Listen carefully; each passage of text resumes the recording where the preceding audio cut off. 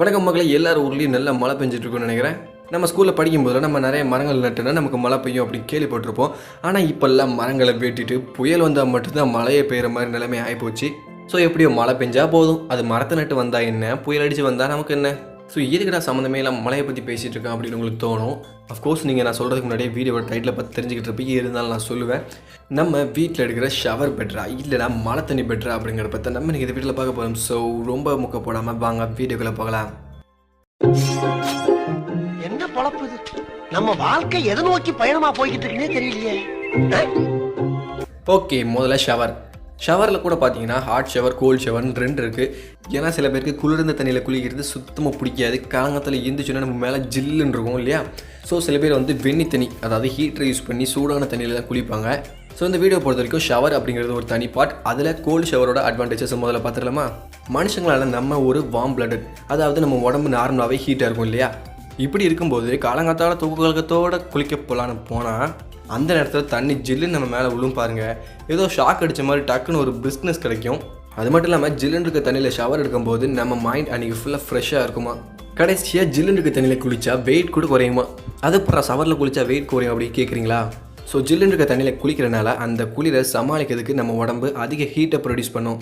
So இதனால் நம்ம உடம்புல எக்ஸ்ட்ரா கொழுப்புலாம் கரைஞ்சி போயிடும். ஸோ பாருங்களேன், எக்ஸசைஸ் பண்ணாமலே நம்ம உடம்பை குறைச்சிக்கலாம். ஸோ அடுத்ததாக ஹாட் ஷவரோட அட்வான்டேஜஸ்லாம் பார்க்கலாம். நான் ஏற்கனவே சொன்ன மாதிரி நிறைய பேருக்கு வந்து வெந்நீரில் குளிக்கிறது ரொம்பவே அற்புதமாக இருக்கும். இதனாலே நிறைய பேர் இஎம்ஐலாம் கட்டி ஹீட்டர்லாம் வாங்கி வச்சுருப்பாங்க வீட்டில். ஸோ முதல்ல நம்ம ஹாட் ஷவரில் குளிக்கும்போது நம்ம உடம்பு ஆக்சிடோசின் அப்படிங்கிற ஹார்மோனை ப்ரொடியூஸ் பண்ணும். ஸோ இந்த ஆக்சிடோசின் நம்ம காண்டு, ஸ்ட்ரெஸ்ஸு, கடுப்பு எல்லாத்தையுமே கம்மி பண்ணி நம்மளை ரிலாக்ஸ் ஆக்கும். ஸோ நம்ம ஃப்ரெஷ்ஷாக ஃபீல் பண்ணலாம்.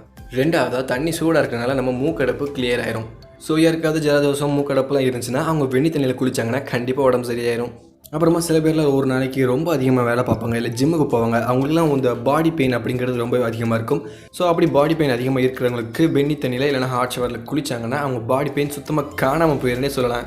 ஸோ கடைசியாக எல்லாருக்கும் தெரிஞ்சது, நம்ம சூடான தண்ணியில் குளிக்கிறனால நம்ம உடம்புல பாக்டீரியா, நொட்டு நொஸ்கு எல்லாமே கொல்லப்படுது. அதனால இந்த இன்ஃபெக்ஷனு, அரிப்பு இதெல்லாம் இல்லாமல் நீட்டாக ஹெல்த்தியாக இருக்கலாம்.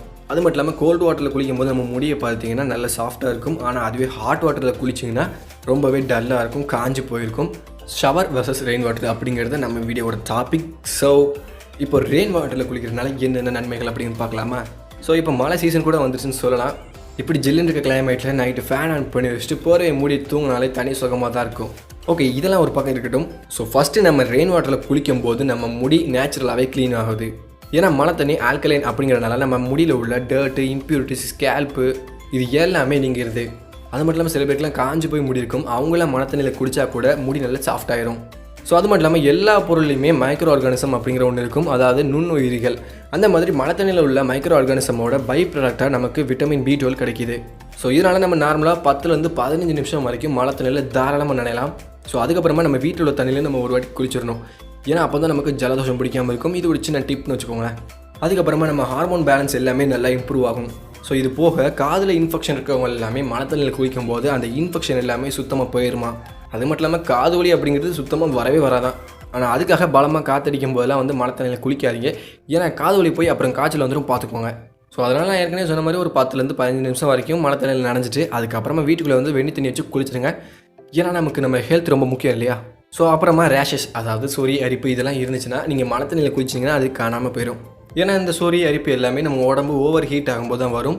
ஸோ மழை தண்ணியில் குளிக்கும்போது நம்ம உடம்பு ஜில்லுன்னு ஆகி இது எல்லாமே காணாமல் போயிடுது.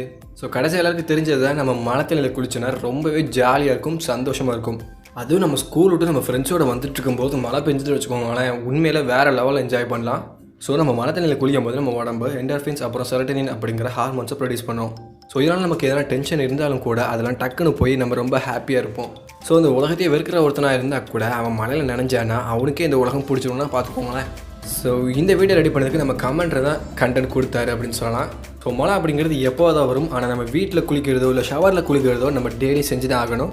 ஆனால் அதுக்காக ஷவர் தான் வின்னர் அப்படின்னு நான் சொல்ல மாட்டேன். எப்போது வரதான் இந்த ரெயின். ஆனால் அதில் குளிக்கும்போது நமக்கு இருக்கிற சந்தோஷம், நம்ம சின்ன வயசு மெமரிஸ் எல்லாமே உண்மையிலே வேறு லெவலில் இருக்கும். என்னை பொறுத்த வரைக்கும் நான் மழையில் குளிக்கிறது தான் பெஸ்ட் அப்படின்னு சொல்லுவேன். ஏன்னா அது உண்மையிலே நல்லாயிருக்கும். நான் ஸ்கூல்கிட்ட என் ஃப்ரெண்ட்ஸோடு வரும்போது நான் ஏற்கனவே சொன்னேன் இல்லையா. ஸோ உண்மையிலே நாங்கள் எல்லாருமே ரொம்ப சந்தோஷமாக இருப்போம். ஸ்கூலில் ஸ்ட்ரெஸ்ஸு, நொஸ்கு எல்லாத்தையும் மறந்துட்டு மழையில் ஜாலியாக ஆட்டம் போட்டுட்ருப்போம். ஸோ என்னை பொறுத்த வரைக்கும் ரெயின் தான் இந்த வீடியோவோட வின்னர். ஆனால் அதுக்காக மழை எதிர்பார்த்துட்டு வீட்டில் குளிக்காமல் இருக்க முடியாது இல்லையா. ஸோ உங்களை பொறுத்த வரைக்கும் உங்களுக்கு இது பெஸ்ட் அப்படின்னு சொல்லி கமெண்ட் பண்ணுங்கள். ஏன்னா ஒவ்வொருத்தரோட சிந்தனையும் வேறு வேறு மாதிரி இருக்கும்.